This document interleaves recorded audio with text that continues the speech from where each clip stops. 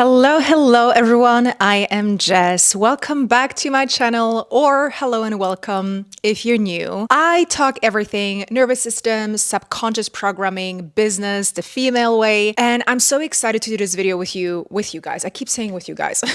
For you guys. And I was really thinking about all the videos I've done about nervous system, but I want this video to be a thorough explanation of the link between money and your nervous system. Now, I will talk about this from the perspective, of course, my own, the experiences that I've had, but also to help you understand what might be happening for you on a bigger scale. The thing with nervous system, I will be looking down because I have my laptop here with all the notes that I've taken for you. The thing with your nervous system is that your nervous system is not always your friend. All your nervous system cares about is to keep you safe, always. I had a conversation with a client that I wanted to bring to the forefront because that client was saying to me, I know I want this so much. I know I want to make money. I know I want to be successful in my business. I want to do the things, but then I procrastinate. I don't do. I hold myself back. And I've worked with this client for 2 years now. She's made incredible progress from going into losing weight, becoming the healthiest version to herself, to now creating her own business and feeling the confidence to do that, which is just amazing. She's very far ahead in her business journey of creating the product that she's creating. And she's found herself procrastinating for the last 2 weeks. And she said to me, I don't know what it is because I want change. I want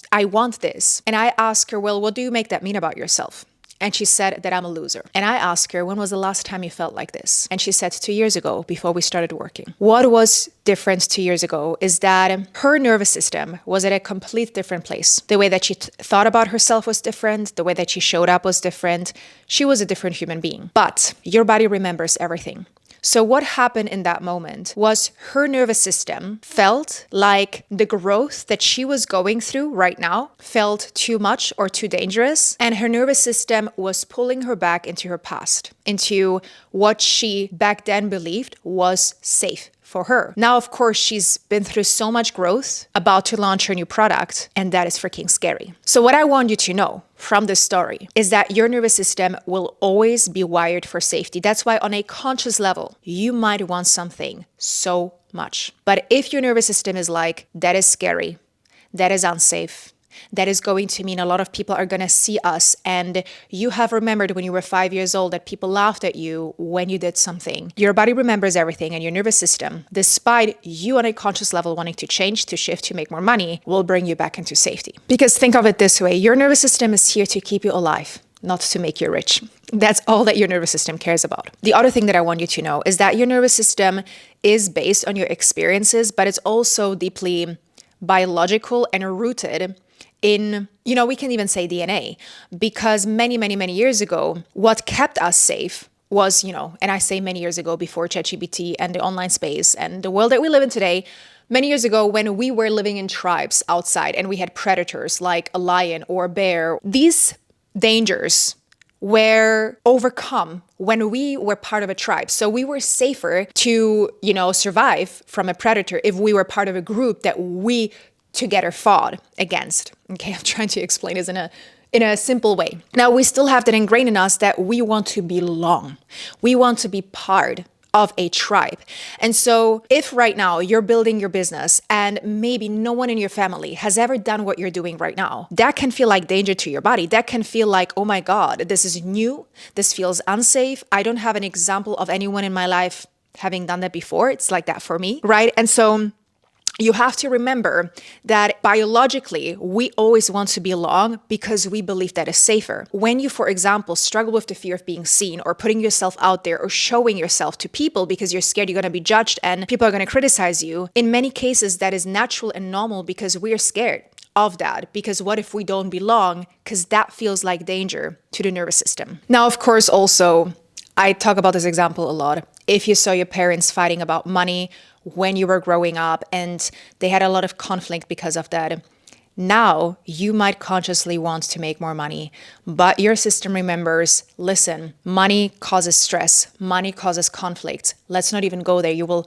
avoid making money. You will sabotage yourself from making the money that you want to. So you're going to see that in your results. So what I want you to start looking at is really, if we know that our internal world is a mirror to our external world, what within me is creating the outside? What within me is a match to my reality that I'm experiencing right now? Because when we look at life through that lens, we're able to take 100% responsibility to heal these patterns that we have learned early on in childhood, or the things that are keeping us in that same pattern that we want to break out from. Now, let's talk about how you might be sabotaging money goals without even realizing it in the first place. So going back to the safety feeling, your body will unconsciously sabotage what it doesn't feel safe holding, which means that most of the self-sabotage that you're experiencing is not even conscious. It's a protective response. So think of it this way. We all have a set point. We all have a certain, you can call it thermometer set point of how much good we think we deserve to have in our life. Another term for this is the upper limit. And when we look at money, you will have your own upper limit to how much money you can hold. And that is a true thing because I didn't understand it for myself. There was a time I would always have the same amount of money on my bank account, no matter if I made a lot more money in a month or a lot less. And I didn't understand. I would literally talk to my partner about this and I would be like, I do not understand why that money is not increasing. It doesn't make sense because I just made so much more money. Or then again, I would go through phases where I would not make that much money, but the number would always stay the same. And that was my set point of what I believed, what my subconscious mind believed was safe to hold, what my body believed was safe to hold. Anything beyond that felt unsafe to the body. And so what's going to happen is that anything beyond your own set point, your body will try to bring you back down. Think of a thermostat setting, right? If, for example, you have a thermostat setting of 50 degrees, the moment it goes up, it will bring it automatically back down. The moment it goes down, it will bring it automatically back up. And you have that set point that is happening. So you have to figure out what that set point is for you and then break it. Now, talking about the upper limit problem, this is something that really stuck with me, that completely changed my life. The way that my upper limit would show up was very interestingly, when my business was going well, I was sabotaging my relationship. When my relationship was going well, my business wasn't going well. My subconscious mind did not believe I could hold both love and success at the same time. And I would not understand why, when business was thriving, that was at the time where I was making the most money. I was so successful. That was in my other business. And I would pick fights with my partner. And I would have to be like, why do I do that? I didn't do that before. And so I would have to really look at how much of an upper limit I was facing.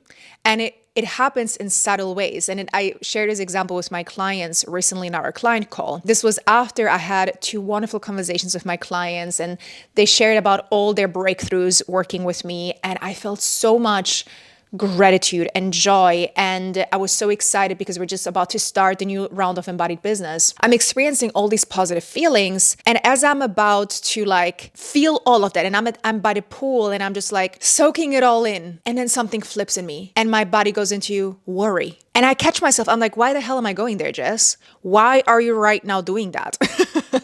Why do you worry now? Everything is great. Your business is thriving. This is and in that moment, that was my upper limit coming through and I had to catch it. The thing that you want to do is catch that stupid worry that is telling you lies that are not true. Because the moment you feed on that lie, you are giving into your upper limit. Now, of course, there's also things that you can do to regulate yourself so that it doesn't happen. I've done this work for years now, so I know what I need to do in this moment. But this is also something that I teach. Now, I do want to say I have a free masterclass come up next week, which is called Embodied Wealth. And what we're going to do is talk about these upper limits, talk about how your body remembers everything, your past experiences, and how that is creating your blockages and getting to that next level. This is also going to be a masterclass to help you go from survival into thriving when you're creating wealth and success so that you can create more and more and more without holding yourself back. So if this masterclass sounds interesting to you, I will put it down here. I would love to have you there. It's a 2-day masterclass. We will do some actually practices together. So it's not just going to be a, fluffy masterclass with some info. You're going to do the process with me. So it's going to be really powerful. So definitely sign up. I also want to talk about when it comes to making more money, it is not about doing more. Now, I'm not saying you don't have to take action. You do. You have to take action. You have to show up. You have to do the work. But eventually there is not more you can do. right? And I would find myself in situations where I would be like, well, I'm already making this money and I'm working really hard. How can I make more money? I can't possibly work more hours or harder because I'm already at a max capacity. This is where we shift into feeling safer and holding more money. The thing here is that regulation is really the foundation of being able to receive without spiraling, without sabotaging, without finding yourself going back into your old patterns. And that is also the biggest misconception. People think safety is going to come once the money arrives. I'm going to feel a certain way once the money arrives. I'm going to feel abundant once the money arrives. I'm going to feel like all my problems are going to vanish once the money arrives. I had to break it to you, but it's not going to happen. You have to do the work now. So once the money arrives, you feel neutral about it. You can feel excited, you can celebrate yourself, but you're going to feel neutral about it. The problem is that actually, once the money arrives, you might hit even more of these upper limits or more of these sabotage patterns or more patterns that are not serving you. So what we got to do instead is we got to do the work now. So once the money arrives, you're able to hold it and not contract or sabotage or find ways to bring yourself back to your old pattern. If you think of the wealth regulated money system, the money embodiment, that system isn't emotionally reactive to money. It allows, it holds, it attracts, it receives with ease, right? So think about it this way. If you look at your bank account every single day and you're like, where's the money? You have an emotional relationship with money that is unhealthy. If you see money coming in and you have a wonderful day and it feels like a great day, but then on the next day you spend money or you have to pay a bill and your day is ruined, you have an emotional relationship with money. So that is also a sign that your nervous system is all over the place. You have to regulate first to feel safe while the money is coming in and also as the money is coming out, because you will have this type of relationship that can become a very unhealthy spiral, keeping you stuck again in the patterns that you do not want. Looking at it from the business perspective, what's really important when you're regulating yourself and you are good, like you are just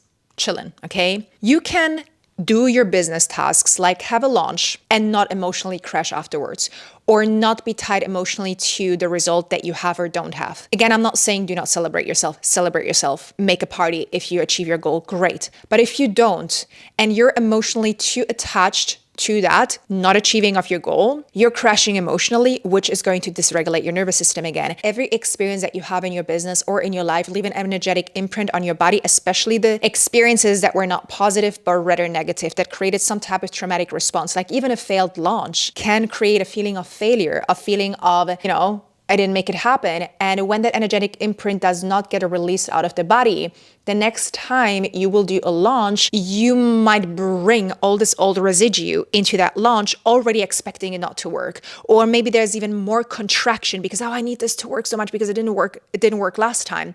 So you're already coming at it from a dysregulated state, which is a slippery slope because you will keep doing that until you find yourself not getting at all the results that you wanted. Trust me, I've been there. I've been in these situations where when I started my business, I was so excited. It was all going well. I had no worries at all and no failures I could really look back to or back at. And eventually, of course, as I was in business and I was trying different things, some of the things were working, some of the things were not working. And the things that were not working left an emotional imprint on my body. It made me believe a story about myself. I was telling myself I can't do something, or I'm not worth it, or people don't want to pay me, whatever that story might have been. I needed to do the work to clean that up. Otherwise, that would have held me back from creating the next milestone that I wanted in my business. Also, if you do this type of regulation work around money, you can raise your prices and you're not feeling guilty or not feeling contracted. You can feel good about that. And also you can hold wealth without the fear of losing it. And this is a big one. A lot of times we look at people that are rich, that are wealthy, that have a lot of money. When I spend time around these people and we actually had money conversations, I was so surprised about how many people are actually so scared to lose that money. And they're constantly believing it's never enough. There are people that are millionaires, billionaires, whatever, how much money they make, and they still feel like it's never enough. They're so contracted about it because they haven't healed that relationship and they're not regulated. They don't feel safe holding it. So the money is not going to change your state. of being. That is the foundation that we first have to build. So when you make that money, you're actually able to hold it and not feel contracted about it. Now, what are some of the tools that you can use? As I was saying, we will be doing a process in my workshop as well, in my masterclass, so definitely join. But some of the tools that you can use is EFT tapping, breath work, humming. I'm just looking at my notes because I have a lot. Embodiment practices. So the practices that I do is a lot of somatics. I do inner child work. I do trauma work, deep subconscious reprogramming. The process that I use is a combination of all these tools that I've created together to really go through all these aspects that are blocking you from regulating yourself, but also looking at these patterns that can create that dysregulation. The thing that I see that people tend to overlook is working with your body. Now, I talk about this a lot. We're trying to outwork a pattern through our mind, which is almost impossible because our mind can be re-traumatized by just talking about a traumatic experience that you've been through. Your body doesn't know if it's happening now or if it happened in the past. So you got to be willing to drop into your body and change that energetic imprint. So even a simple, like the simple exercise of putting your hand on your heart and telling yourself that you're safe to receive, it's connecting you deeply into your body rather than staying up in your mind. Now, the next thing that I want to talk about is how your money story is actually also an identity story. And I talk about identity so much because this work is going to transform you. Think of it this way. Your money beliefs that are rooted in identity. What is your identity? Your identity is an accumulation of your past beliefs that you have accumulated because of your experiences that you've had, good or bad. So these beliefs are about who you think you are, the world, how you see the world, what you think you deserve, right? Now, your identity is the way that you show up and what you think about yourself now in today's world. Despite you maybe wanting change, your identity will not be a match to that change unless you shift that identity. So what I'm trying to say with that is a lot of people, when they have a goal, they think, what do I have to do to achieve this goal? Instead, you got to think from that goal. Who do I need to be to achieve this goal? Alone, that word being brings you into your body and embodies that version of you to create that safety of you believing that you already deserve to make $10,000 a month or whatever that goal of yours is, to really hold that safety in your body. The biggest misconception is, oh, once I achieve this, I will feel this. Once I achieve this, I will do this. No, you have to be that person now. And that doesn't mean you're faking it. It's an energetic shift. And once that energy shifts, the action that you will take is going to shift. And that action is going to be way more powerful than acting from scarcity, believing you don't deserve it or that you're not there yet. That is the biggest difference. I've had a lot of people who told me, oh, you're just faking it. No, it's not about that. It's when you think from that goal, you ask yourself, if I already made $10,000 a month, how would I show up differently today? How would I act differently today? What action would I take knowing I'm already like a well-seeked coach or a well-seeked speaker or whatever your goal is? You would take different action. You would think about yourself differently. You would sell differently, right? And that will become your somatic truth that is going to be stored in your body. And when your body feels like, hey, I am this person, you created a new pattern rooted in safety. For example, if you grew up believing that you are too much, what's going to happen is you will avoid being judged. So that is an identity. You have to be willing to look at that identity and be like, no, I can be too much. I will not be judged. Now, of course, we got to do the deeper work here to change that and to reprogram that. But this is where, when you do the inner child work or the practices that I shared with you, you're able to shift that identity and embody that version of you that can create the wealth that you desire. Now, one of my favorite ways, and it's one of the easiest way to actually shift your identity, is visualization. I do believe in visualization. You have to do the other work too. Only using one at a time will only get you so far. But alone thinking of, okay, this is exactly what I said. Like, if I already made $10,000 a month, visualizing, closing your eyes, being like, how would I feel? How would I show up? How would I dress? How would I speak? Alone, bringing yourself into that state and then locking that feeling into your body and then showing up from that feeling. The most important thing about visualization is to experience the emotion connected with the visualization. If you're only focused on the things that you're doing or you're staying up in your mind, you are disconnected. You got to focus on the emotion that comes through as you're visualizing what it is that you want, locking that into your body and then showing up from that place every single day. As we're closing this up, I hope that this was helpful and powerful for you. My camera is about to die. So one last thing. sign up to my masterclass. It's going to be powerful. If you have any questions, let me know down below. If you like this video, let me know as well. What I want you to remember is that your nervous system filters everything, including how much money you receive. The more you practice, you focus on your nervous system, the more your wealth can expand. This is truly the new currency. The way that I see the world is shifting, and people understanding that there is so much more to wealth creation, to money, to success than just doing. This is also where you're healing old patterns and you becoming a better version of yourself for the world, but essentially for yourself, right? So I really hope you take this work seriously, because I guarantee it's going to change your life. So I hope to see you in the masterclass. Let me know if you like this type of video. Give me a like, subscribe to my channel, and I'll see you in the next one. Bye-bye.